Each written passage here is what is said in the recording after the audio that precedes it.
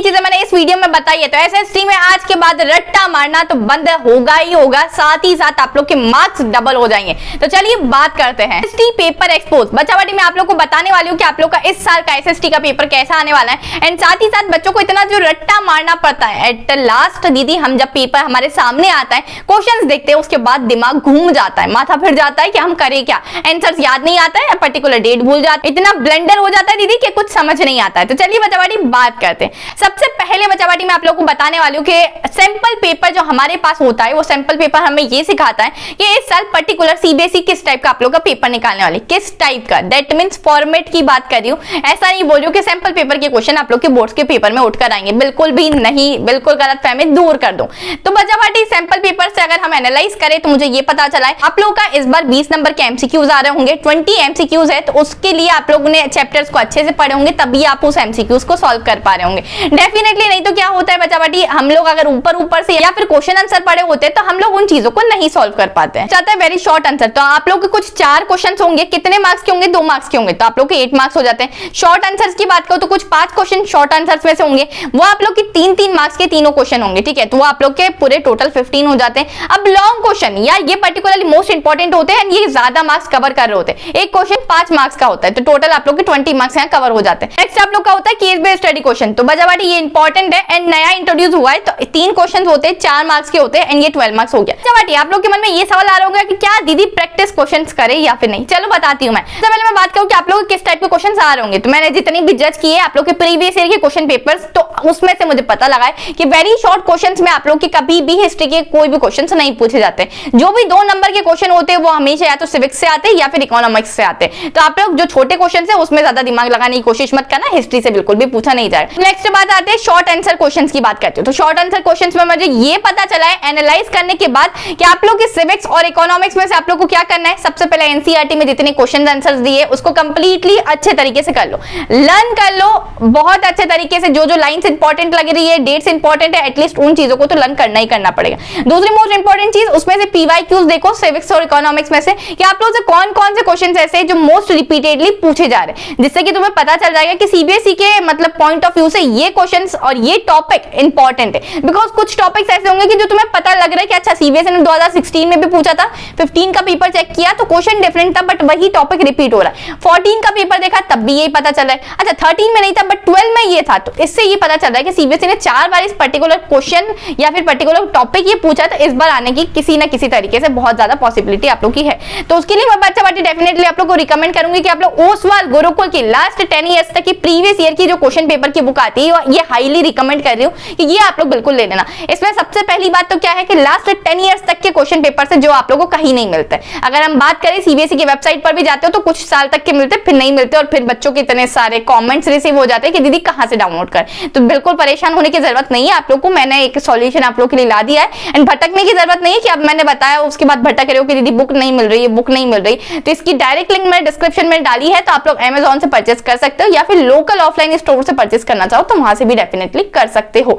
दूसरी अच्छी बात यह है इसमें कि आप लोग को ऐसा नहीं है कि सोशल साइंस के लिए अलग करो, कल मैंने इंग्लिश का वीडियो डाला था कि इंग्लिश के लिए अलग खरीदनी है, बिल्कुल भी नहीं, आप लोग सभी सब्जेक्ट्स आप लोग एक ही बुक में कवर हो जा रहे हैं, तो कम में बम वाला काम है इसमें, तो आप लोग जाके बिल्कुल ले सकते हैं। साथ ही साथ बात करूं शॉर्ट आंसर क्वेश्चंस की बात कर रही हूं, तो मैं आप लोग को कोई एक क्वेश्चन शॉर्ट आंसर क्वेश्चंस में पूछा जाता है, जो आप लोग के 3 नंबर का एक क्वेश्चन इसमें से बन जाता है। बट अगर 3 नंबर का क्वेश्चन है तो try to write in points, ठीक है, 3 से 4 पॉइंट्स तुम लोग लिख सकते हो, डेफिनेटली उसको एंड अप कर सकते हो। साथ ही साथ ज्योग्राफी में डिलीटेड है बहुत सारी चीजें, तो तुम लोग को क्या करना है, जो लास्ट के तुम लोग के 3 चैप्टर्स है ना उस पर ज्यादा ध्यान दो, उसमें से देखो कि पीवाईक्यूज में से सीबीएसई ने ऐसा कौन सा क्वेश्चन है जो रिपीटेडली पूछा है या कौन सा टॉपिक घूम फिर कर हमेशा पूछा जा रहा है। बिकॉज मैंने जितना एनालाइज किया मुझे ये पता चला कि ये जो 3 चैप्टर है ना आखिरी के, सीबीएसई इसमें से ज्यादा क्वेश्चंस पूछता है as according to as compare to आगे के जो चैप्टर्स है हमारे, ठीक है, तो कौन कौन से, मैन्युफैक्चरिंग इंडस्ट्रीज हो गया, minerals and energy resources, life lines of national economy, तो ये 3 करके ही जाना है, ठीक है, ऐसा नहीं है कि बाकी छोड़ना है, इन 3 पर ज्यादा ध्यान देना है। Okay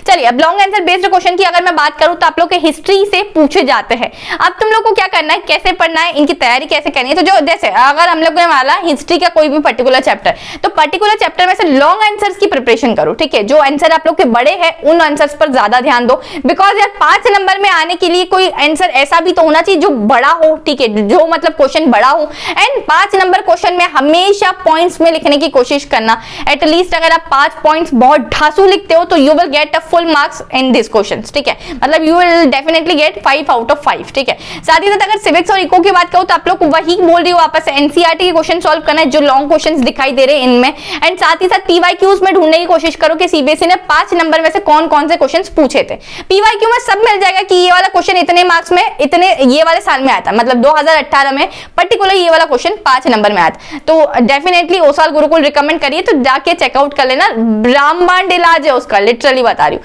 case based study questions की अगर मैं बात करूं तो मुझे बहुत सारे डायग्राम बेस्ड क्वेश्चन भी देखने को मिले केस बेस्ड स्टडी में, आप लोग को आगे बताती हूँ। साथ ही साथ आप लोग का सिविक्स और हिस्ट्री से लास्ट ईयर यहीं से आए थे हमारे केस बेस्ड स्टडी क्वेश्चन, तो तुम लोग ये सोच लेना कि केस बेस्ड में तुम्हें ज्यादा प्रिपरेशन हिस्ट्री से और सिविक्स से करनी। इको से भी ट्राई करके देख लेना, क्योंकि हमारा सीबीएसई का कोई भरोसा नहीं है, सीबीएसई क्या कब कर बैठे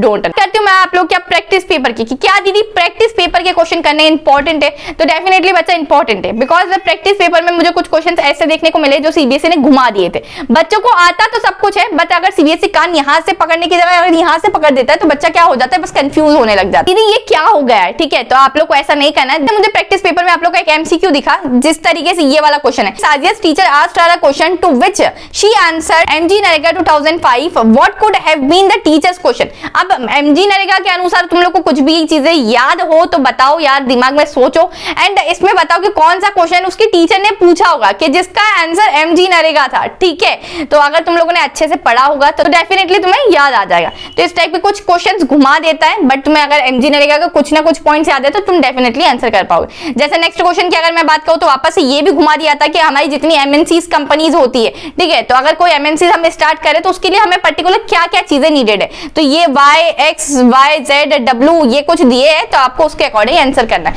बस कुछ घुमा देता है, सभी चीजें सिंपल है। साथ ही साथ अगर मैं बात करूं बच्चा पार्टी तुम लोग की, तो ये देखो डायग्राम बेस्ड क्वेश्चंस तुम्हारे दिखे थे मुझे, या आप लोग के शॉर्ट आंसर्स में भी दिखे, एंड केस बेस्ड स्टडी का क्वेश्चन है ये, तो मुझे वहां भी दिखा है, तो तुम लोग उसकी प्रिपरेशन जरूर कर लेना। डायग्राम बेस्ड क्वेश्चन आने की बहुत ज्यादा पॉसिबिलिटी है। वेरी शॉर्ट आंसर्स की बात करूं तो उसमें बच्चा पार्टी मुझे दिखाई दिया गया था कि briefly describe 2 major ways the electricity is generated around the world for human consumption. तो इस टाइप के क्वेश्चंस में आप लोग अगर पॉइंट्स में आंसर नहीं लिख रहे तो कोई दिक्कत नहीं है, तुम लोग पैराग्राफ में आंसर लिख सकते हो। अब 2 मार्क के लिए एटलीस्ट तुम्हें 4 लाइन तो लिखनी पड़ेगी, ठीक है, और definitely to the point answer लिखो, ज्यादा घुमा फिरा के मत लिखना क्योंकि एग्जामिनर चिढ़ जाता है तुमसे, ठीक है। साथ ही साथ अगर मैं शॉर्ट क्वेश्चंस में बात करूं तो ये रहा एक क्वेश्चन, तो 3 नंबर के क्वेश्चन के लिए डेफिनेटली तुम पॉइंट्स में आंसर लिख सकते हो, ठीक है, और कोई अच्छा सा एग्जांपल याद आ रहा है तो उसको भी डाल देना, तुम्हारा एग्जामिनर इंप्रेस्ड होके जाएगा तुमसे।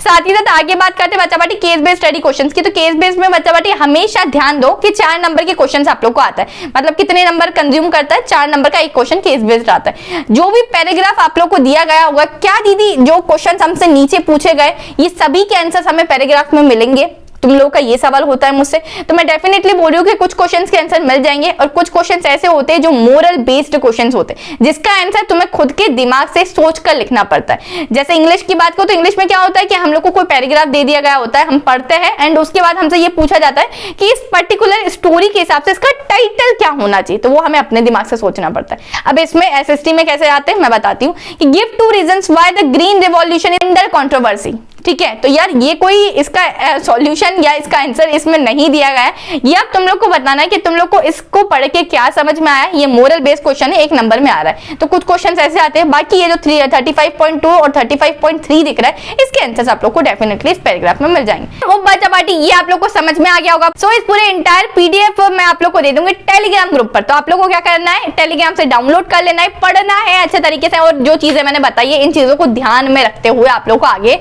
सभी चीजें करनी। एंड आई होप आप लोग का एसएसटी का पेपर बहुत अच्छा जाएगा। आप लोग का एसएसटी का पेपर कभी भी टफ नहीं आता है, या तो इजी आता है या मॉडरेट आता है। तो जो बच्चों ने अच्छे से प्रिपरेशन कर रखी है आप लोग की तो बल्ले बल्ले शाबाश शाबाश, एंड जिसकी थोड़ी बहुत भी प्रिपरेशन है तो हमेशा इजी पेपर आता है। सीबीएसई कभी भी ऐसे क्वेश्चंस नहीं पूछता है कि जो बच्चों से सॉल्व बनाओ। कुछ 10% क्वेश्चंस बस ऐसे होते हैं कि जो थोड़े से टफ होते हैं, और उसको छोड़ के रेस्ट ऑफ द 90% पेपर ऐसा होता है कि जो तुम सभी बच्चों से सॉल्व हो पाए। So all the very best. अगर चैनल पे पहली बार आए हो और चाहते हो उसी तरीके का यूजफुल कंटेंट आप लोग के लिए लाते रहो तो चैनल को सब्सक्राइब करके जाना, एंड नीचे लिखो अपनी कोई भी आप लोग की जो डिमांड है कि दीदी इस पर्टिकुलर चीज में मुझे दिक्कत आ रही है तो इसका सॉल्यूशन बताइए। सो डेफिनेटली योर सकीना the there, so don't fear. इसी के साथ मिलते हैं नेक्स्ट वीडियो में। कमेंट जरूर करके जाना, शेयर कर देना अपने दोस्तों के साथ, and lots of love and all the very best.